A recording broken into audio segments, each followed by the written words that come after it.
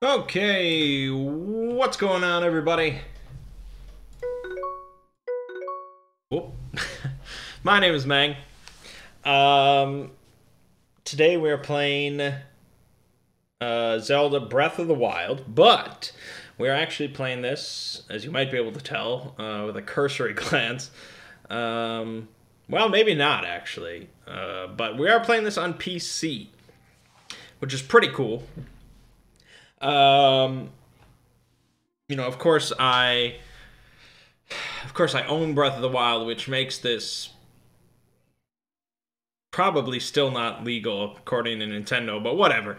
But yeah, so you can just play Breath of the Wild on PC with the CMU emulator, and this is running at 1440p, 60 FPS. It looks amazing. I'm playing with a PS4 controller, and I get to play as Linkle, which is pretty awesome. Which is pretty cool. Now, it probably won't be a smooth 60 FPS since I'm streaming it, but still, it's pretty cool. It's pretty cool. And there's there's a graphics mod running that makes it look even cooler. And it's just all good.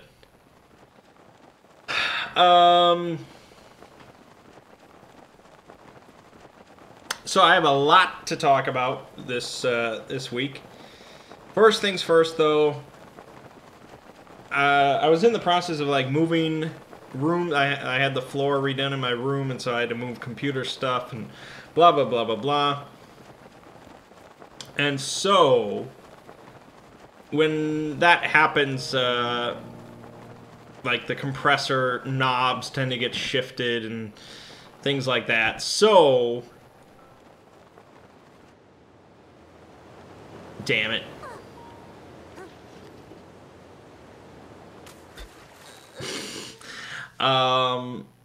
Please let me know if the microphone sounds like it should. Since I really don't have a great ear for it. And this at least is a trial before I actually put out another exploring video. So let me know about that.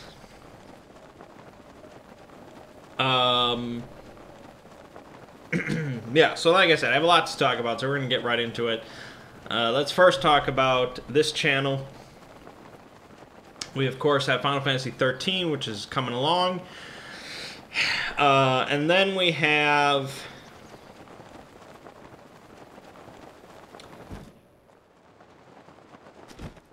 I started up Metroid.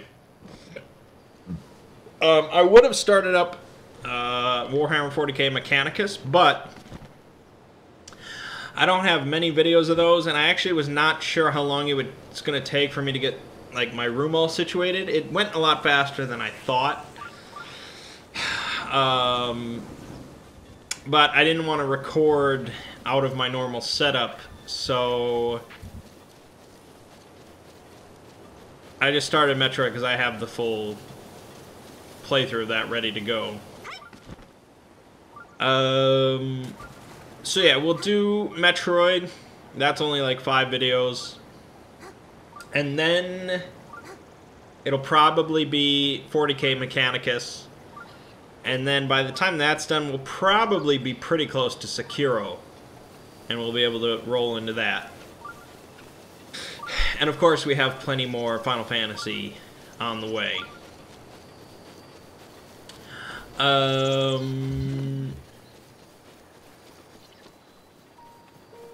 Yeah, I guess that's kind of all there is to say about this channel. Damn it.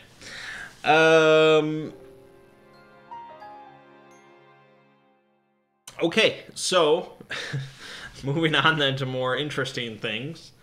The Exploring series. It was a week of ups and downs and ups and downs. It was wild. It was a wild week. Probably the wildest week I've ever had.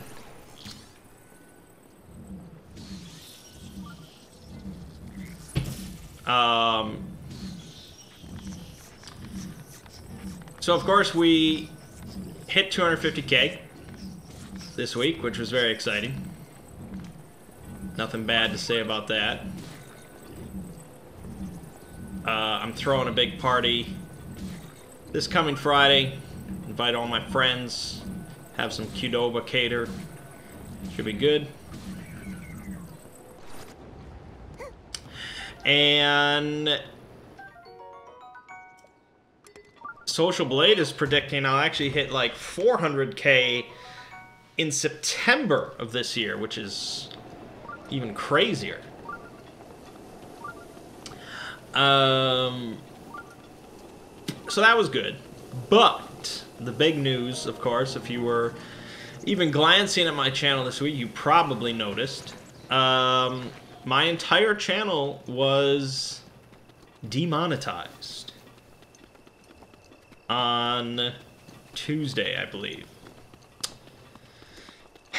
And I had just finished editing the Warhammer 40k Emperor of Mankind video. I just finished editing it. I was about to go upload. I went check Gmail. It's like, oh, your channel is no longer eligible for monetization, and my heart just fucking sunk. Like, it all just came crashing down. Like, oh my god, it was all worthless. Oh my god, I have to find a real job. Oh my god. It came crashing down. And, of course, I was a little perplexed, because they were citing me for reused content, and I was like, I don't know really what that means. I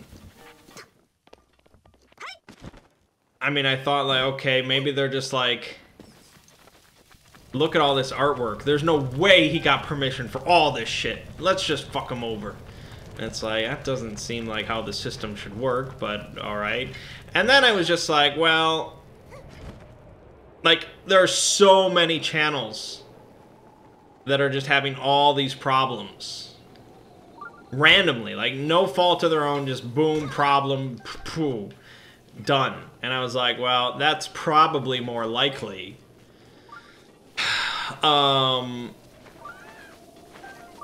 The question is, like, how quickly is that going to be fixed, if ever? You know, it could take 6 months. And so for me to go 6 months with no income whatsoever from YouTube, that's a big problem at this point. I rely so much on it. So yeah, I was pretty crushed. And so I immediately tried, like, chatting with creator support, because if you're a partner on YouTube, you can just get a live chat. And they were just, the guy was like, well, we will need, you'll need to provide all the valid documentation proving that you are not reusing content. And I'm like, what the fuck does that mean? Like, how do you want me to prove? Why is the burden of proof on me? You should have the burden of proof. Fuck this. I had no idea what they wanted. And he's like, well, you know, we can convert this to email if that makes it easier to send files or whatever. And I'm like, sure, I'll send you something. And so it took him a little while to get back to me with an email. And then he's like, again, he just like, yeah, please provide all valid documentation, reasons, and proof, and blah, blah, blah, that you are not reusing content. I'm like, okay, I still have no idea what you mean. But here. And I was like, I just described the process by which I make the videos. And I sent him some pictures of, like, my folder full of scripts, which I wouldn't think someone just re-uploading videos would have. And I sent him a picture of, like, Adobe Premiere and, like, multiple videos that have been edited. And I sent him a picture of, like, a whole bunch of books that I've purchased over the couple of years on, like, Norse mythology, Celtic mythology, Star Wars, Cthulhu Mythos, just all sorts of stuff. I'm like, look at all this shit. And I got back to him the next day. I didn't honestly ever expect to get back from him, but the next day, he's like, okay, thank you, I've escalated your case or whatever to the internal team of something. I don't know. I don't remember exactly what he said.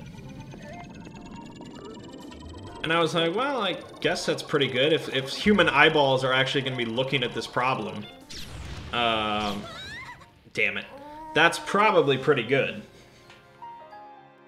Meanwhile, of course, I put out a video on YouTube, like very quickly after the fact. So I was still in my heartbroken state.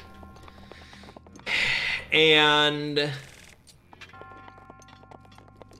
you know, I definitely got a big outpouring of just emotional support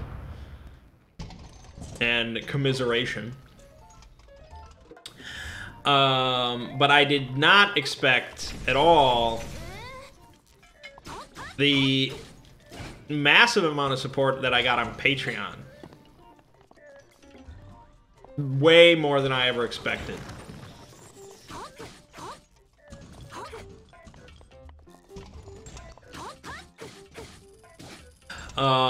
Like, I went up, like, I don't even know, it was like $400 or something like that in a single day on Patreon.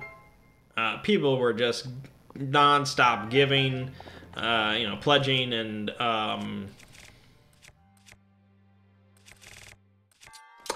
some people were giving like $20 plus, and I'm just like, oh my god, this is ridiculous. I didn't know my channel meant that much to people.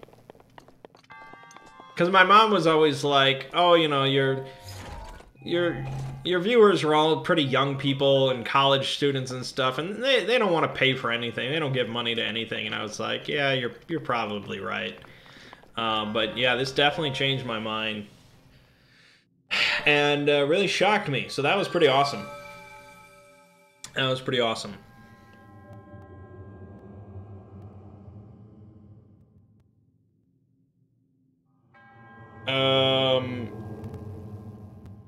Hold on.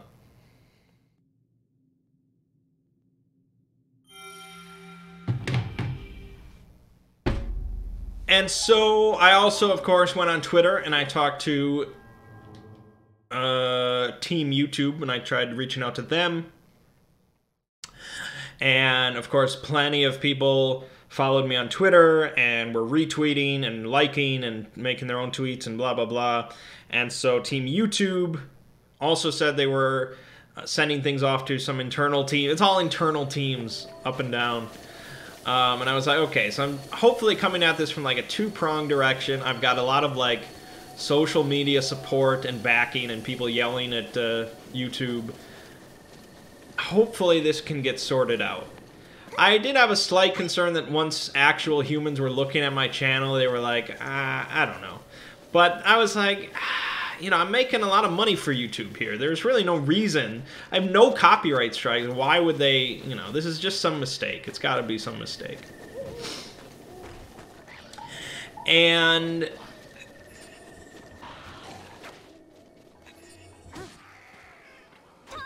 the SCP community in general was really awesome. You know, I'm in another Discord with some, like, you know, the administration of the SCP wiki and stuff like that. And they were really cool about it. There was a post on the SCP subreddit that got a bunch of eyeballs on the situation. And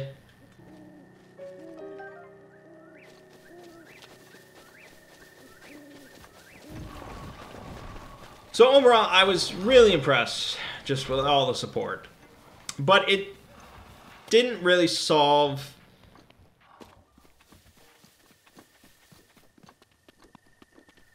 well, I mean, at the time, I was like, you know, this is awesome. All these people really love the channel, and they're really supportive, but I still don't have monetization back. And I was sweating, because as awesome as all the Patreon support was, and just even from like a moral standpoint, it was awesome. But it just can't compare to YouTube ad revenue. For some channels, absolutely, Patreon is a better way to go.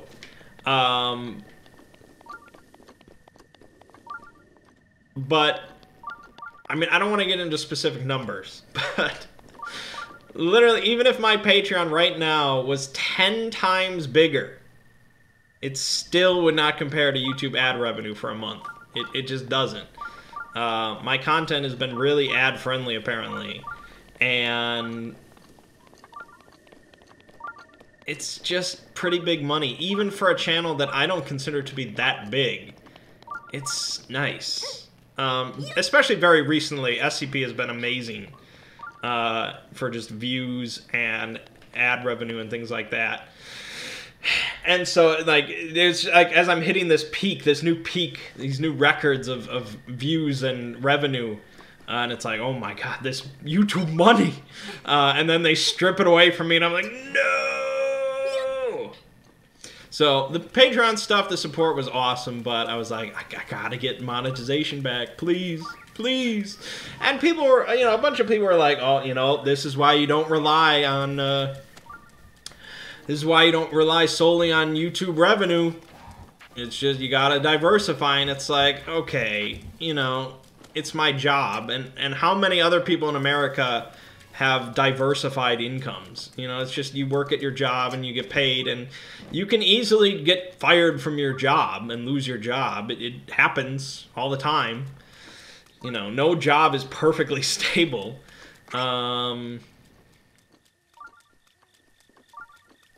So, yeah. So I think probably what did it was the YouTube, the creator support, and providing, like, the proof and reasons for my, for why I haven't been reusing content. I really don't attribute it to Twitter and Team YouTube. It's hard to say for sure, but a couple hours after I got that response from that guy on email that was like, okay, I've escalated to our internal team and blah, blah, blah. Like, a couple hours after that, I was remonetized. So that's really what I attribute it to. You know, all the Twitter support and stuff and all that was pretty awesome, but I think it was just the fact that I had immediately, you know, chatted. And I'm surprised I had the ability to send out a chat, because when you lose your partnership, which is technically what happened, you lose the ability to chat. And actually, for a few days, the last few days, I have not had the ability to chat with support. I just got it back today.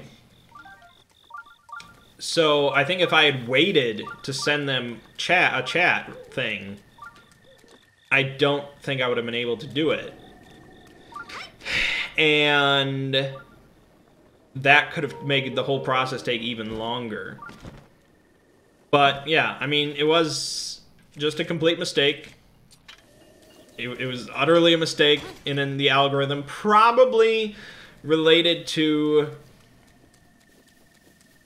the SCP numbers, because almost every SCP channel with any sort of size has been hit with this in some way, with monetization problems or partnership problems. And I think we all believe that it is related to some algorithm connecting to the SCP numbers in the title. And they just think that it's all just the same video being uploaded over and over. And I guess I got lumped in with that, even though my title is a little bit different and the video content is wildly different. I don't know, I just got hit with it. So, yeah, they admitted it was a complete mistake, and it took less than 24 hours, about 22 hours. I was remonetized, and pretty much all good, except for a secondary problem that resulted because of that demonetization.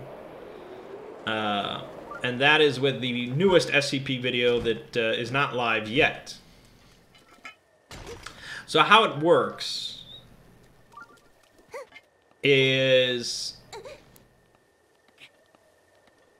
I upload a video, I make it unlisted so it's not publicly viewable, and I just put the link on Patreon. So then patrons of mine can see it a few days before I make it public.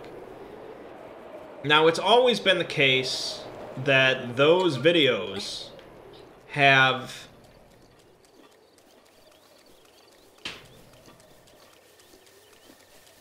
actually, it was interesting. I could never apply, like, specific ads on videos, like, over 10 minutes. Normally, you know, you can decide where ads go and after the video ads and things like that. Before I made them public, I couldn't do that. But it didn't matter because I didn't care if patrons saw the ads. In fact, it was better if they didn't because they were, you know, they were paying for this, whatever.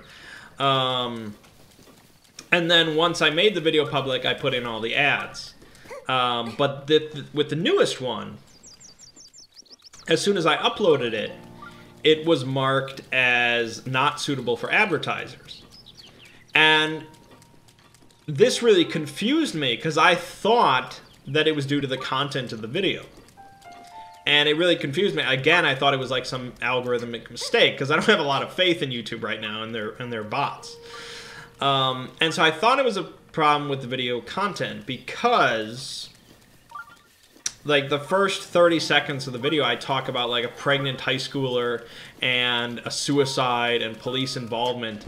And I thought the algorithm was picking up these words and being like, oh, this is some controversial current news topic or something like that. And it's not suitable. And so I applied for a manual review, which was, it was basically denied. Like, they confirmed that this is not suitable. And I was like, okay, what the fuck is going on? And the manual review happened way too quickly for me to be comfortable with it. And I didn't even think it was that manual. Because, you know, again, I think it's all bots. So I'm like, okay, what is the problem with this video then? What do I have to change? Because, again, they're not really forthright. They don't tell you what the problem is. Which bothers me. And so I'm like, okay, let me edit the introduction. Let me take out the word suicide and police involvement. And let me just cut it out by like 5 seconds and try re-uploading. And I did. And I let it sit overnight. And it was actually monetized. It was fine. Unlisted. But then I put in the description and the tags. And then a couple hours later, it was marked as not suitable for advertisers, and I'm like, okay, what the fuck is going on? But then I checked, and I saw I had chat access back, and I was like, okay, creator support, help me out here. Tell me what's wrong. And so I talked to this guy, Rafi, his name was, and he was very patient.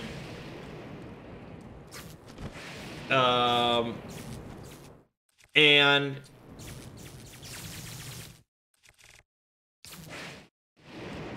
he said that the problem with the video, he specifically said, our problem with this video is that it's unlisted. Which, that alone was very nice, because that meant okay, the problem is not the content of the video. I don't have to worry about any of that. Okay, good. It confused me, though, because I've always done this whole unlisted process. And I think what the actual problem was, although he sort of only alluded to it, was that it takes a while for all your partnership benefits to come back. Like I said with the chat, it took a few days for that to come back. And so one of the benefits of being a partner is you don't have to wait for a video to get 1,000 views in 7 days before they'll, like, allow for a manual review or something like that. The whole monetization thing is a little bit different once you become partnered properly. Obviously.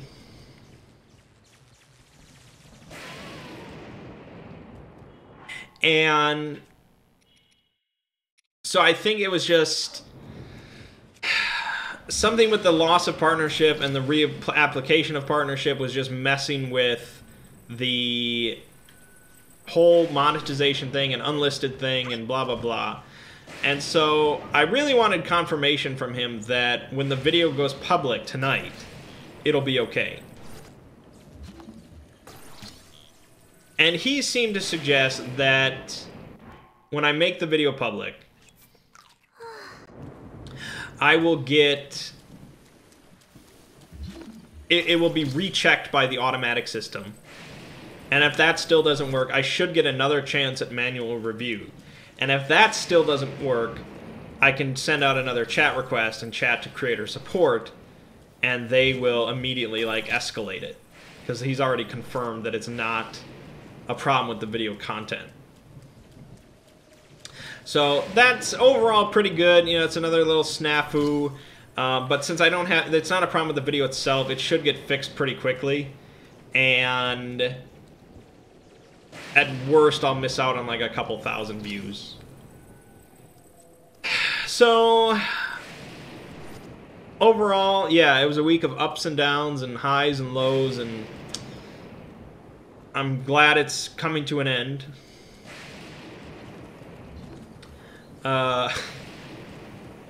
You know, I just want to do my job and get paid and not have to worry about stuff.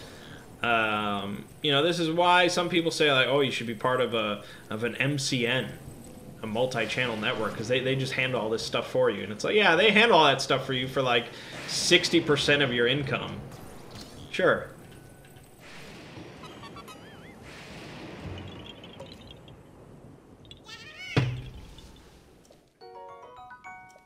Yeah, I mean, people were offering like all sorts of suggestions and thoughts, most of which were not really helpful or valid. They were like, oh, it's probably because of that Warhammer video. You know, Games Workshop is super protective of their IP. And it's like that, I feel like it wouldn't even work like that. You know, that would be a copyright strike process.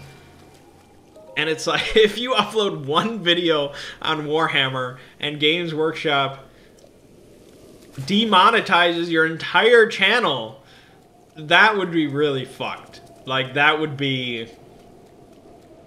How could a company, like, even survive with that sort of tyrannical approach? Yeah, so it's all done. So this week I worked on a video, like I said, for SCP-3935, this thing A Quiet Madness made, which is another DJ Cactus one. I really like it. It's definitely one of my favorites. It's an SCP that has a lot of like weird illusions, and it's sort of kind of a puzzle that you kind of have to piece together. It's a bit of a mystery. And towards the end, I was like, I don't understand a lot of like the illusions and metaphors and stuff. And I'm worried that people are going to expect me to explain it to them. And I don't understand it. So it's just like, I don't know how anyone could ever figure this out. Because I looked across the internet at discussions and stuff, and no one had like an explanation for all the little illusions and stuff. You know, DJ Cactus implied that, like, oh yeah, all the little things and numbers and words, they all mean things. They all mean stuff. And it's like, okay, unless you're going to explain it to our dumb asses, I don't think we're going to get it.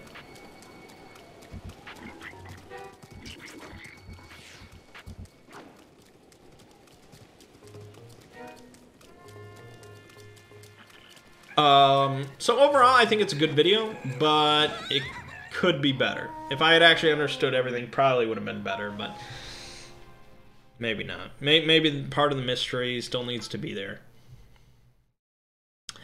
And right now I'm working on a 40K video, creation of a Space Marine. Because I want to go into, like, all the genetic engineering and the implants and, like, the equipment, and just sort of looking at Space Marines from a broad point of view. about what makes them so powerful and unique and special.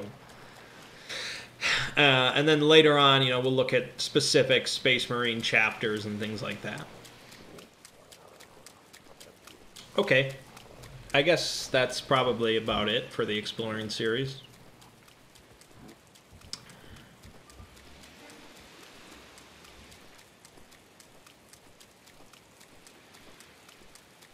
Oh, and, you know, after I put out the video that, you know, where I said I was remonetized, I really expected all these people that pledged on Patreon to be like, okay, he's all right now.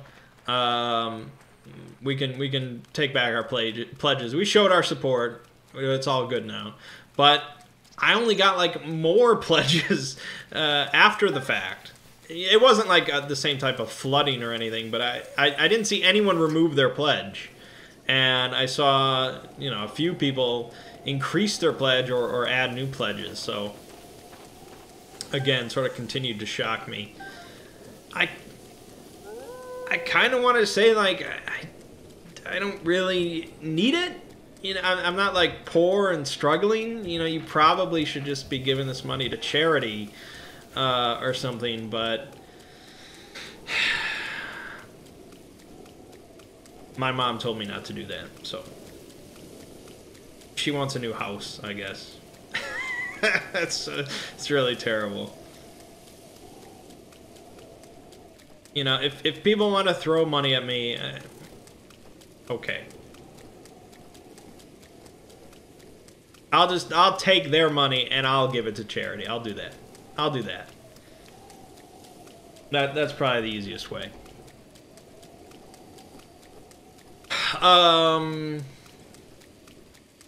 Okay, so moving on.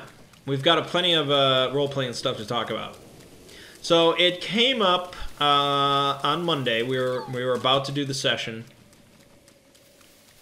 and Phil declared in our group chat that he was not coming to any more Stars Without Number sessions because he just didn't care for it. He did not care for the game. And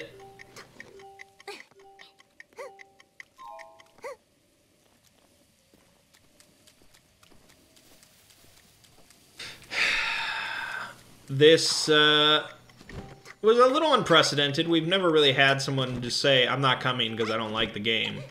And we really wish he would have just told us sooner. It's perfectly fine if someone doesn't like the game, but we want to know so we can switch. Like, most of us don't really care really what we're playing, as long as everyone's happy. Damn it. Oh, nice. He didn't really provide a great amount of detail about why he didn't like the game. He sort of suggested that, like, it just didn't appeal to him as much as he thought it would. And something about the system and its mechanics just he's not crazy about. But I told him what it really is that this is the longest game he's ever survived in. That's it. That's all it is.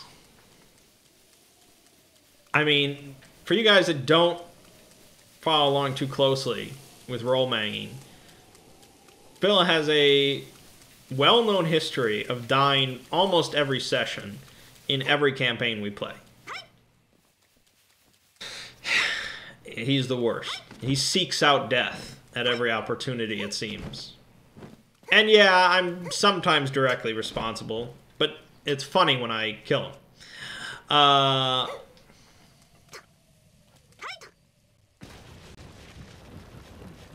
But this campaign, I wanted to be like a really good captain for our team. And I wanted to try and keep him alive for as long as possible. I didn't want anyone to die. And I mean, we went 9 sessions with no deaths. That's like a record.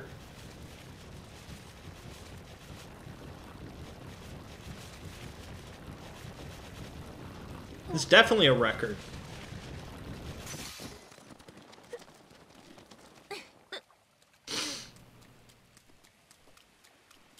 And I think he just couldn't handle it. He couldn't handle living that long without it, like without a new character. It just blew his mind.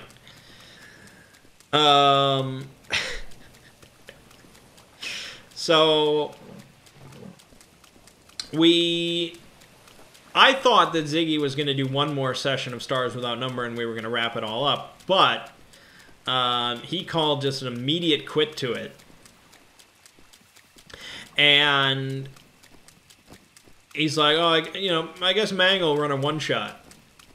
And I thought that he was talking about me doing, like, a one-shot next week. So we finish Stars tonight, we do a one-shot next week, and then we start a new campaign.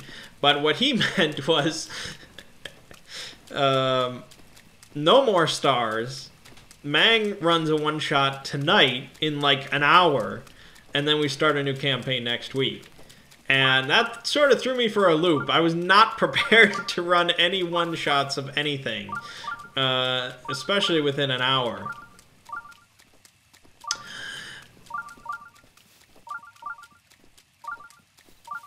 And so I was like, okay, it's either got to be a DCC, a Dungeon Crawl Classics, like, funnel or module or something real quick, or Paranoia, which I had, talked about a while back. And so we ended up going with Paranoia, and it was a little bit of a bummer because I was not fully re-caught up on all the rules and things like that. How do I disable this fucking... I was not fully caught up, and I was not really prepared, but we went ahead with it. And they were definitely more of a cooperative group than I would have expected from Paranoia, but I think it was so radically different, and I probably wasn't running it as backstabby as it should have been. Perhaps. I was just running, like, the first starting mission thing. Maybe they sort of intended to be fairly cooperative at the start. Oh god. I have to do this with the mouse. Okay, hold on. Oh god, this is gonna be... no, that's not correct. Oh, this is gonna be rough. I tried setting up motion controls with the PS4 controller, but... okay, why would that be up and down? I don't even know what to do at this point. Okay. Oh, come on.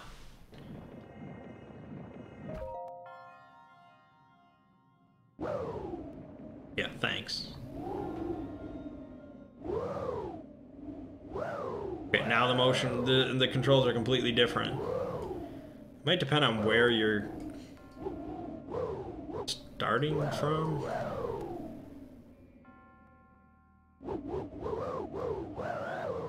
I don't think this will work. Oh shit. No!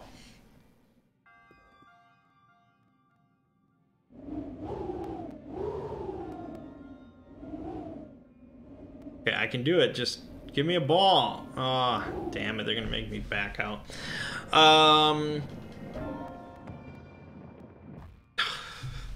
So it was pretty fun. There were definitely plenty of laughs, and I think we had a good time with it. It's one of those games where I can't ever see a campaign working, but for a fun little diversion once in a while, it's pretty good.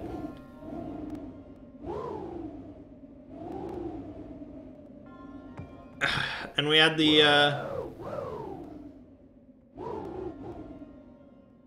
highlight. Okay, I'm never gonna get this.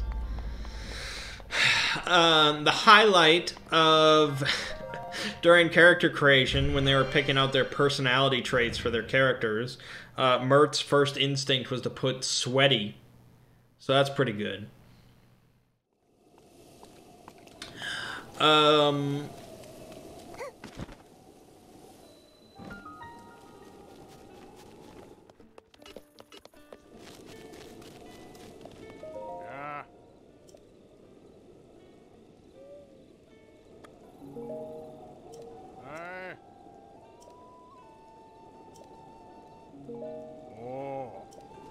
And yeah, so there's not a whole lot to say.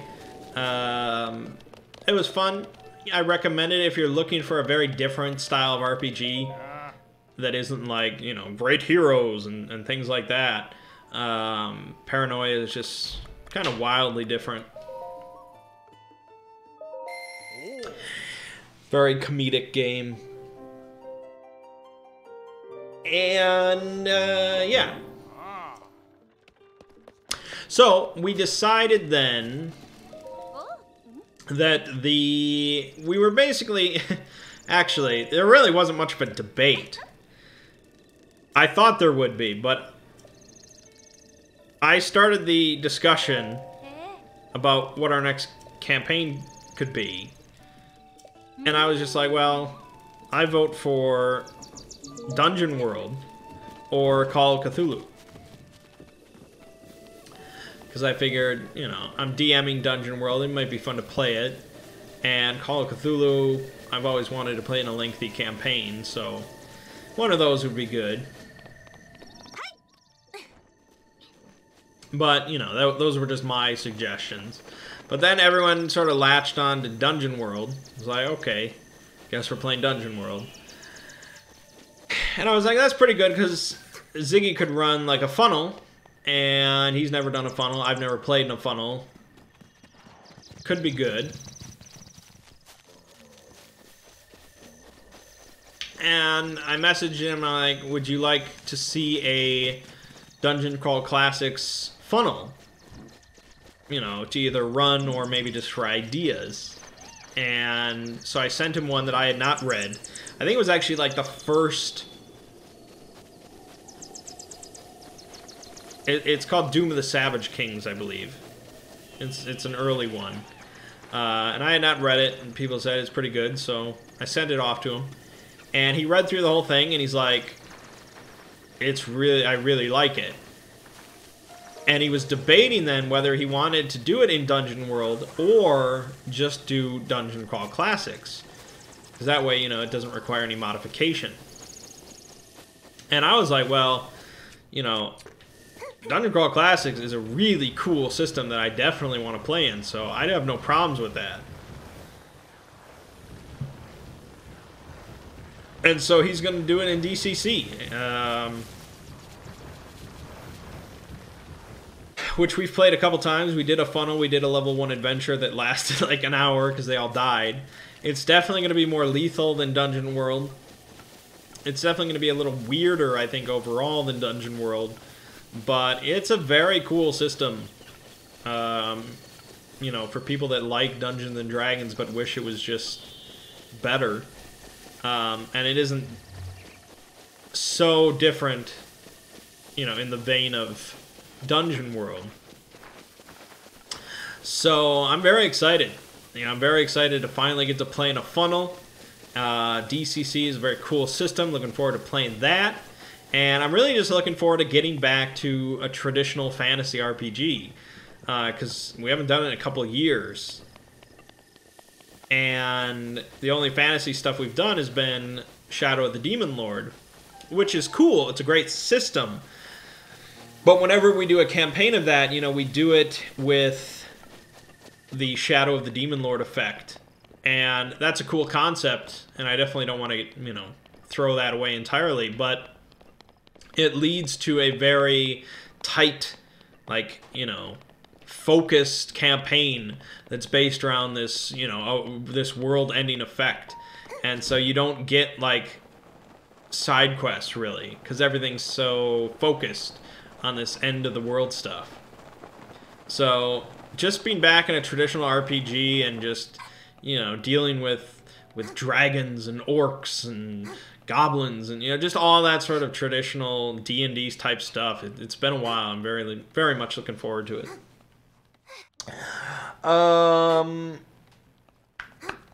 Yeah, so speaking of Dungeon World then, we had a session last night for me and my family, and it was the worst one so far, according to pretty much all of us. It was sort of a disaster.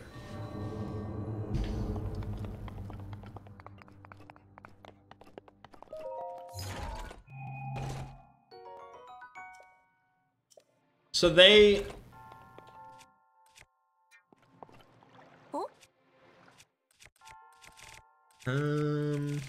They... Let me think. So they had just had their encounter in this city where they had murdered a mage and some cambions and stuff, and they had fled the town. And my mom's paladin had this deal with death where she had to kill a dragon and eat its heart within a month, otherwise she would die.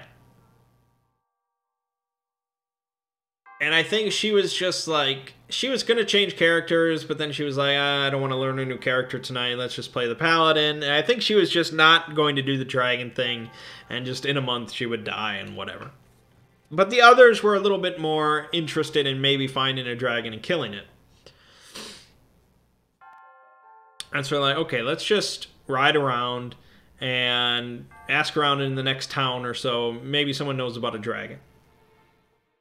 So they ride around, they talk to this dwarf, and he says, well, there's rumors of a green dragon living in the Glimmerwood. And they're like, okay, well, we can go north to the Glimmerwood.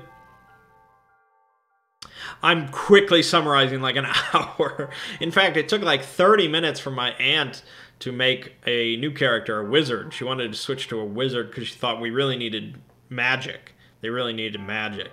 But it took forever for her to read everything and all these spells and just, oh god. So I'm quickly summarizing. So they're like, okay, we can go to the Glimmerwood, find this dragon, but they had this letter of recommendation from a legendary blacksmith, and they were told to take it to Citadel Felbar. Felbar. And that was right on the way. So they're like, okay, let's stop off there, give this letter, and we get a reward, and then we can go to the Glimmerwood. Hopefully the reward will help us kill dragons. So they go to Citadel Felbar, and they talk to the king and queen. They give him a letter, and the king's like, oh, you're on a quest to stop the giant threat. That's excellent. And so he gives them like these 2 wondrous figurines or whatever that can turn into lions. And then he tells them that if they were to go northeast to the Iron Slag, where the fire giants are supposedly starting up this legendary forge, and if they were to put a stop to this threat, then the king and queen would commission a grand tower to be built for them. And they were like, well, that sounds pretty good.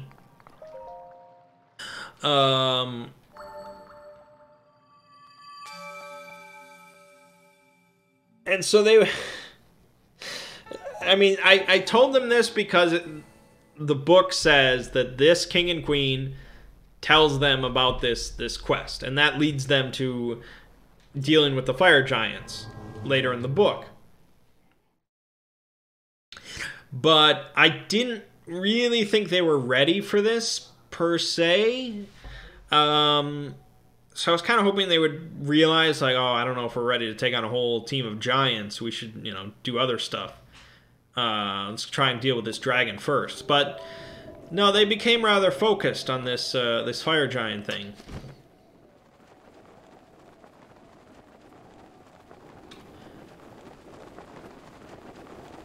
And so they rode to the northeast. Well, actually, before that, they were really trying to think, like, how would we deal with so many fire giants? How could we have so much trouble killing one? How would we do this? And I'm like, well, you do have the ritual spell. And it's just, the ritual spell really just excites me. That whole move just is really cool.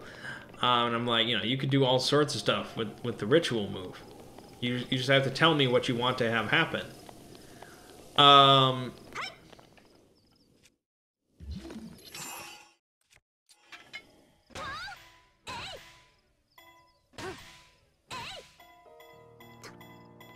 And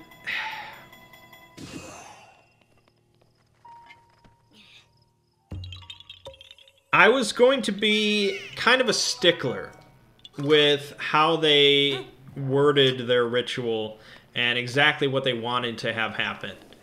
Because it really does change the requirements and the effects depending on how you word this ritual. You know, exactly what you want to have happen.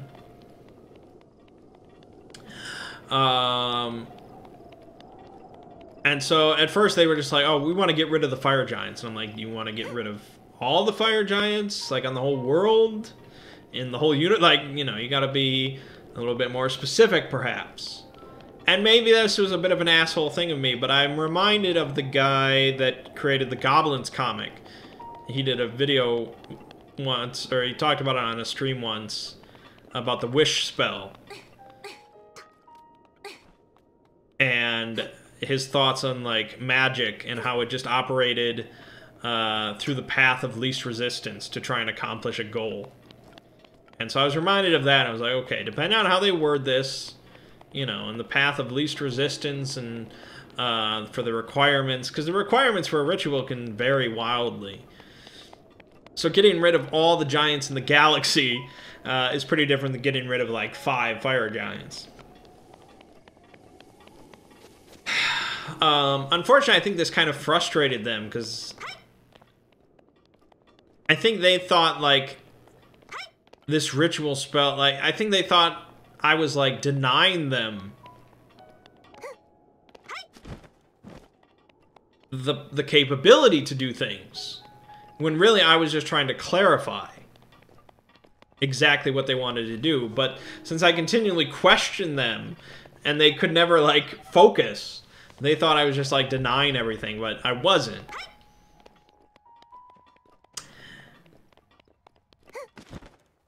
And so at some point they're like, oh, well, the ritual spell's just useless. Like, what can you even do with it? And I'm just like, my mind just, like, exploded, I think, in that moment. And I was like, you can do it. I couldn't even believe what I'm hearing. And I told them as a specific example, I'm like, you know, you guys were trying to find a dragon, but you could just have a ritual, like, have a dragon appear in front of you while it's sleeping, and you could just kill it, you know. Like, that could be a ritual. Like, a ritual can do anything. And so then I think they thought, like, okay, well, we can just have the ritual, like, blast a fire giant, and then we go up to a fire giant and we just kill him. And it's like, well, okay, the ritual doesn't work like that. This is a big effect that takes, you know, days or weeks to pull off. And that sort of continued to piss them off, because they just don't have that sort of foresight. You know, they can't think that far in the future and think that big. So maybe the ritual spell is a bit too much for them to handle at this point. But so they're like, okay, well, let's just try it out. Let's just try it out, and let's just try and have a pig appear in front of us. And so that's what she said. That's the ritual. There's going to be a pig, and it appears in front of us. And I was like, okay, that's certainly doable. But the requirements are, you have to make a replica of a pig out of a substance, and then you have to apply your own blood to its snout. Yeah, I tried to make the requirements pretty simple. And so she went out into the street. They're still in Citadel Feldbar, which is filled with dwarves, who already weren't really trusting of them. And she makes, like, a replica pig out of the mud in the street, and then she cuts her finger and rubs blood on its snout. And so some of the dwarves, like, started yelling about blood rituals in their streets, but they didn't care.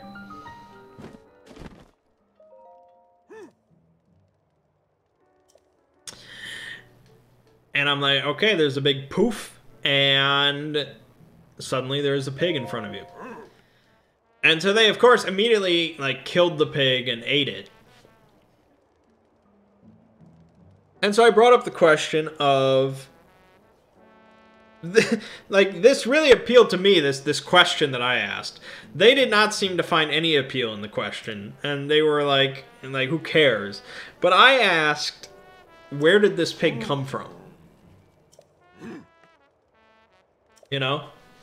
Because she didn't say,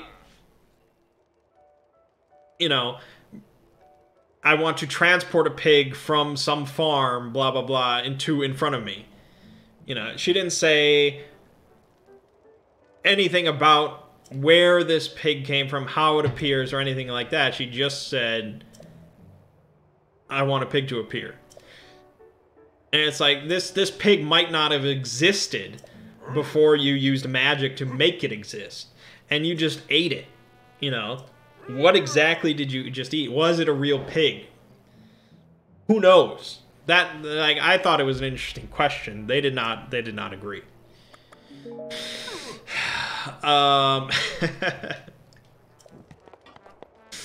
So anyways.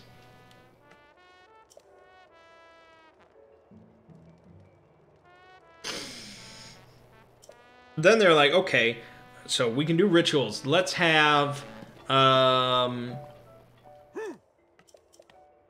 it. Let's have, like, all of the mountains in the ice spires and all the giants underneath them just disappear. But then they started, like, debating about that, and they were like, do we really know? And it's like, well, you know, I didn't even begin thinking about the requirements of a ritual like this. And then they were like, well, let's just go over there and see if we can find more information. So they headed northeast to the Iron Slag. And they find this village in the mountains. And they're, like, tracking animals or whatever, determined that they smell giants underneath this village. And this is where things really went downhill. You know, it's a D&D pre-written campaign. Every situation is pretty much assumed that the characters are going to rush in, get into massive fights, kill everything, and move on to the next fight. That's just how D&D books are generally written. For hostile situations. But the problem with this group that I have determined is that they are too scared, or whatever, apprehensive, to rush into combat. And they are too dumb to properly plan. And the second part is really sort of my fault in a lot of ways. One, because I had mentioned as a side note to my mom that if I get into a combat, I've already failed. Which, that's really almost not even my philosophy anymore. Sometimes, for some characters, it is, but not all the time.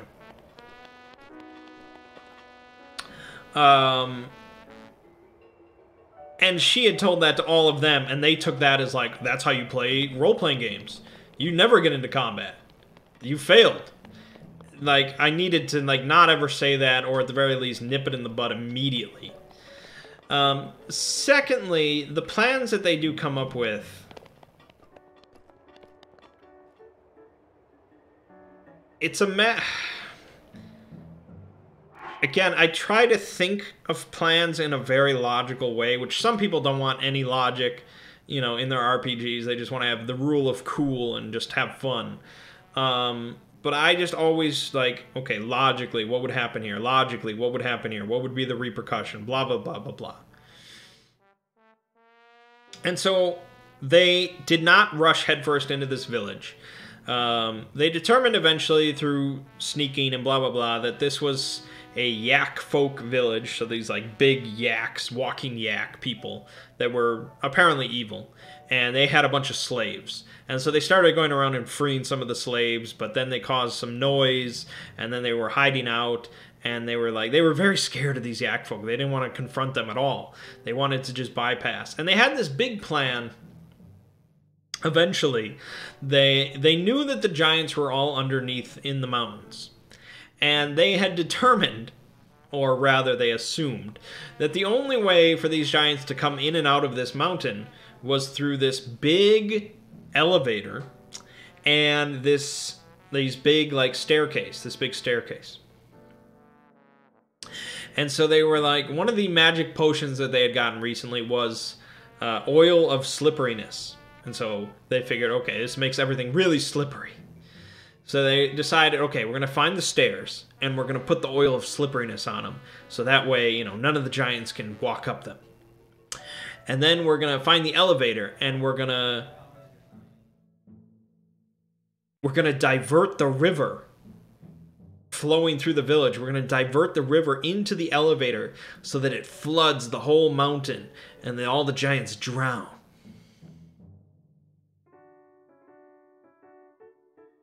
And I'm just sitting there thinking, this is the dumbest plan I've ever heard. And they spent like the next hour or so trying to work out this plan, using like sneaking and things like that.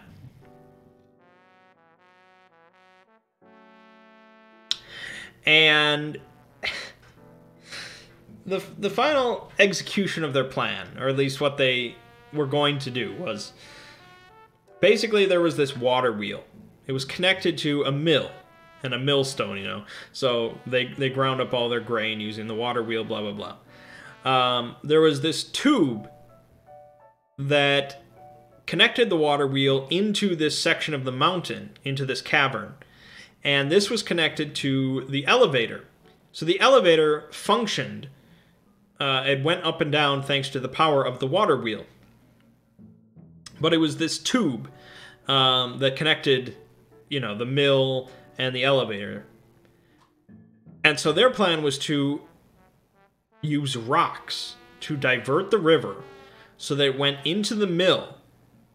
And then the water would go into the tube. And it would come out of the tube onto the elevator. And then the water would all just flood down through the elevator shaft and would flood the whole mine or mountain or whatever. And they told me this whole plan. They're like, okay, this is what we do. And they all agreed, they were all set on there, this is what we're doing. And I just like, I sat there for a few seconds and I told them, this is the dumbest plan I've ever heard. And I broke it down for them. Because I just didn't think they thought it through properly. And I'm like, okay, let's say you can divert the river using rocks. I'll even allow that as a possibility. And you divert this water into this mill. Why on earth would you think the mill is, like, watertight?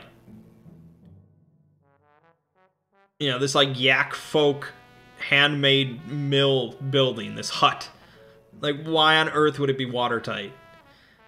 And they were like, well, you know, it has grain in there, so we would use the grain to make it watertight. And I'm like, that's not... No. But, okay, even if I did allow that, let's say I was extremely generous, and this water flooded into the tube, and it started pouring into the elevator shaft. I told them it would take like 2 years for them to flood this mountain. Even if I was extremely generous. And I said that this entire mountain complex, this whole mine complex that these giants were working in, there was no way for water to seep out in any way. You know, like, and not even mentioning, like, the whole staircase and the oil of slipperiness, like, yeah, they would get over that. Like, you used one vial, and the stairs were 10 feet wide. Like, they would just step over this, at least. I just could not allow it. I couldn't, I mean, maybe another DM would have been like, yeah, that's awesome, that's a really cool plan, and you flood the whole mountain, and they all drown, and you win, and it's so great, and like, I can't, I cannot allow it. My brain will not allow this plan. And so we pretty much ended the session right there, and really, we ended the campaign right there. Because I decided, like, okay, we need to reset. We need to go back to the start. These people need to go back to level 1 where they're fighting goblins in caves and things like that. And we need to redo their whole mindset and just... We're just way off track. We're way off track. So, my mom, like, didn't roll dice the entire session. Which I don't find to be, like, heretical. Like, I've done sessions like that, and you know, it's fine. But she was not happy about it. My sister was not happy about it. My aunt was not happy about it. No one was really happy with the session. It was just a big disaster. So next week, I'm just going to start a Dungeon World campaign, level 1. You know, they can keep the same characters, going back to level 1 if they want. And I'm just going to do a Dungeon World campaign. It's going to be very freeform. It's going to be very improv. I'm going to take some, you know, questions and answers and suggestions from them throughout the campaign to sort of create the world. And it's going to be just way simpler. There's probably not going to be any sort of end-of-the-world stuff going on. No huge, massive plots. I need to get them back to a starting mindset. I think we just went off on the wrong foot. My mom had a big problem with how much time I spent looking through the campaign book. Like, she really didn't like that. She's like, you're smart enough to just improvise stuff. You know, you don't need to look through a book. And, you know, when you're using a pre-written book, especially one of that size, with so many different locations and little details and stuff, yeah, you generally have to consult the book a lot. And so I sort of agreed. It probably is a lot better and faster if I just improvise everything. So, yeah, you know, it's a learning process for all of us, because really I'm not the greatest DM. I'm probably a little bit too analytical and logical for a group like this. But we're going to try to start over and start fresh and try and get them into the mindset of they don't need to be master planners. You know, you can be a group that just rushes in and kills everything every time for a while. See how you like that. And maybe over time you'll start being like, oh, well, what if we set up an ambush instead? And it's like, oh, wow, there you go. You know, like, maybe what if we have like a pincer attack at the same time instead of all just rushing in from one direction? You know, you start in that direction maybe before you get into master plans involving flooding tubes and elevators and, oh, God. I just couldn't understand why they were so afraid of the yak folk. You know, like, just go in there, just kill them. You're a great adventurer, just kill them. I think part of it is that none of them really have an aptitude for killing. You know? I think I mentioned this before. Like, they don't have killer mindsets. Which, when you consume a lot of fantasy fiction or, you know, really any sort of violent fiction, and you start thinking about it, you know, it's not like you necessarily relish the concept of violence and killing and death and all that, but you develop an aptitude for how killing is done, perhaps. You know, it just comes from just reading books and watching a lot of, you know, movies and things like that. And none of them really do that. I mean, a couple of them do watch some movies, but none of them, like, read books. Or, you know, none of them really get into that mindset of assassinations and planning murder and stuff like that. And so, you know, I've just been so immersed in that whole world and in this hobby for so long that it's second nature, I guess, to plan murder. But I don't know. So I think planning is not going to be their strong suit. If you just rush into a combat, you don't really have to think like, oh, how do I assassinate this guy or something? You know, how do I kill off this whole group of people? You just think, okay, I'm in a combat. It's like Lord of the Rings, and I'm swinging my sword, and, you know, all that sort of stuff.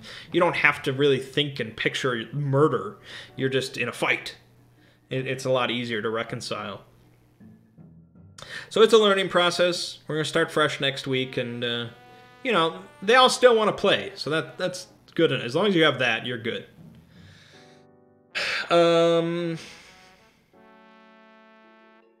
Okay, last thing, because I know we're running a little long here, as usual. I started playing Warhammer 40,000 Conquest this week, the card game. It's really good. It's really good. I don't know if it's quite as good as Netrunner for me, but I really like the theme. You know, you have like all these different major factions you can play as. You know, the Space Marines, the Orcs, Chaos, the Eldar, the Dark Eldar, the Tau, the Tyranids, the Necrons. It's really cool, and you can sort of borrow cards from other factions with some of them, and the game itself is actually really interesting. The way that the economy works, it's all based around like sending units to planets, and so you want to send some units to like the major planet in order to capture it, because that's kind of how you can win. But some planets, you know, you can send units off to just get resources and draw cards and stuff like that, and so you have to sort of balance like how many units you're sending to different planets and sort of trying to counter your opponent, because they might just send, you know, one unit to a whole bunch of planets and just reap the rewards because they're unopposed. But you really want to get that main planet, because you can actually take the card, and you know, you need those to actually win the game. And then you're balancing it with like the warlords that you're sending in, like your hero, because if they die, you know, you lose the game as well. And so it's really interesting systems involved. I really like it. We're going to keep playing it.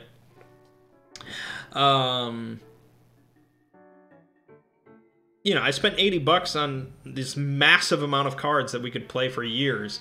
And it's a really cool game, so I've got no regrets. If you can pick up a lot on eBay, or even just picking up the core set just to give it a good try, it's a pretty decent game. Again, I don't know if it's quite as good as Netrunner, because I think even the theme of Netrunner probably appeals to me even a little bit more. And just the asymmetry of it is just so cool. But yeah, Conquest is definitely a good game. I'm sad it's kind of done and not talked about too much. Yeah, it's cool. All right, I guess that's about it. If I don't get any comments about my microphone, I'll assume it's all good. And check out the 39-35 video tomorrow. Hopefully you get advertisements on it. We got some more Final Fantasy and Metroid this week, and the DCC funnel. That should be a lot of fun. Should be a lot of fun. No. My name is Mangg. This has been Hanging with Mangg. I'll see you fine folks next week.